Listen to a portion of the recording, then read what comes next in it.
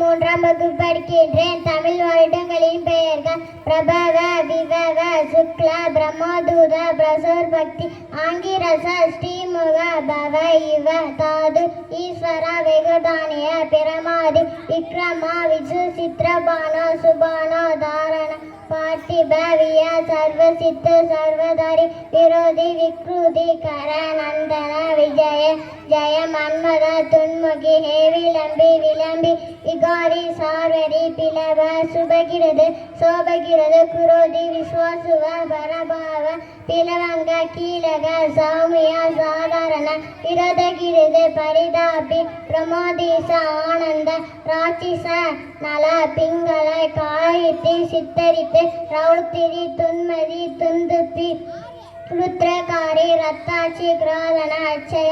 நன்றி, வணக்கம். வருடங்களை அழகாய் கூறிய எம் பள்ளி மாணவிக்கு நன்றி.